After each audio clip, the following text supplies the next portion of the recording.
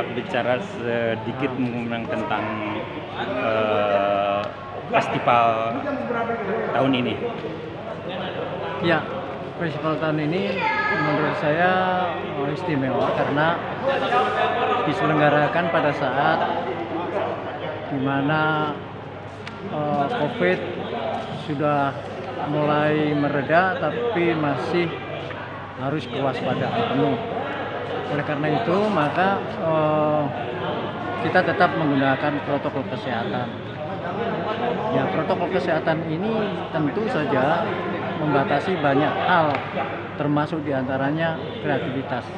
Karena jumlah pemain tidak boleh lebih dari 15 orang. Oleh karena itu, maka pertunjukan-pertunjukan yang kolosal tidak akan mungkin bisa dilakukan. Padahal mungkin gagasannya di situ. Nah, oleh karena itu, maka seorang sutradara harus berpikir bagaimana dengan pemain yang diminimais tetap menampilkan gagasan besar, ya kan? Nah, oleh karena itu disitulah letak kreativitas.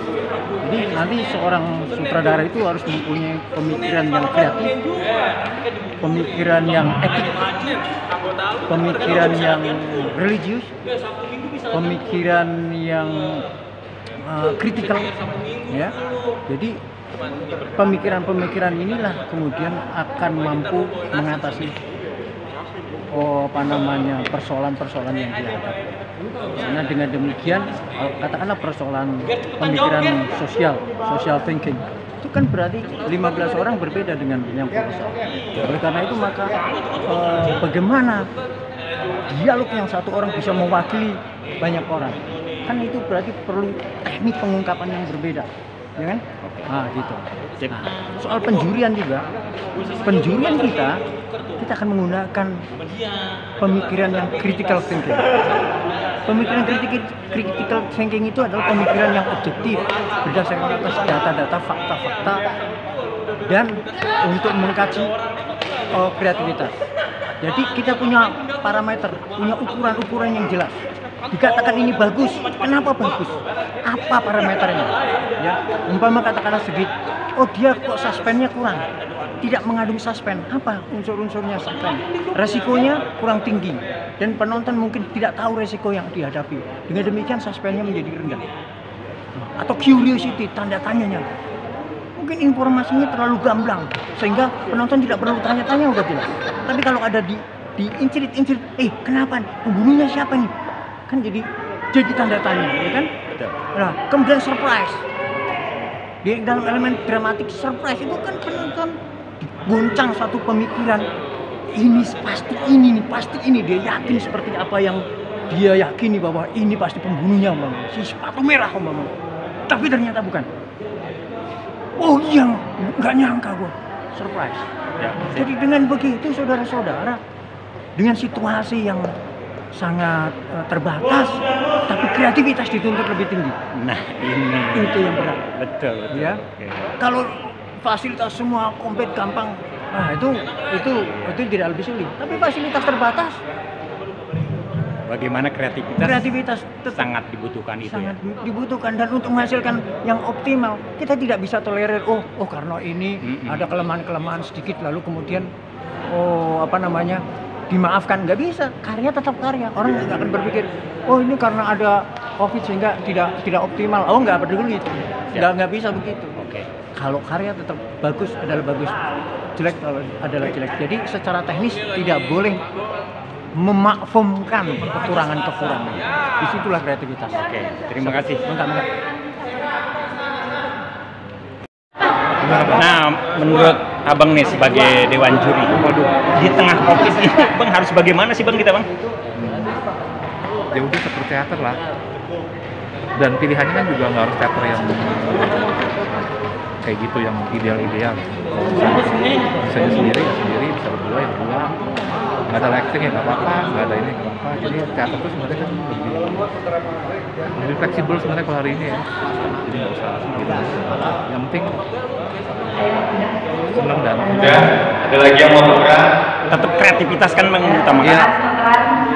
Iyalah. Terima kasih Bang ya. Ya, sip. Nah, sekarang lagi bersama Bang Amin Kamil. Bang, ini COVID nih bang. Iya, Bagaimana Pak. menurut abang nih pementasannya harus gimana sih di tengah COVID ini bang? Iya, apa ya? Nah ini buat aku ya, apa ya? Ini satu hal yang kita semua sama-sama ada dalam kondisi yang cukup apa ya? Yang cukup membuat kita tidak leluasa untuk mengerjakan apa yang kita bisa, gitu. Karena terusnya ada banyak aturan-aturan di luar diri kita yang dibuat oleh pemerintah. Ya, yang kita juga harus mencoba untuk menjaga bagaimana kita sendiri ya pertama kali adalah bahwa kita harus menjaga diri kita supaya tetap sehat ya, karena kalau sekiranya kita sakit ya bagaimana kita bisa berkarya dengan maksimal itu satu. Tapi ya itu justru di situ tantangannya adalah bagaimana kita mencoba untuk memanage waktu sedemikian rupa untuk juga mempersiapkan segala macam urusan mise en scène. Mise en scène itu elemen-elemen di dalam sebuah pertunjukan teater yang masing-masing tidak ada yang penting, tapi seluruhnya penting. Jadi tidak ada diskriminasi antara waduh kayak make upnya gini aja nih, oh kostumnya udah deh pakai yang ada apa ya harus mencoba untuk memaksimalkan ya. Oke, kalau mainin naskah realis ya, cukup apa ya, buat aku cukup berat ya, cukup berat karena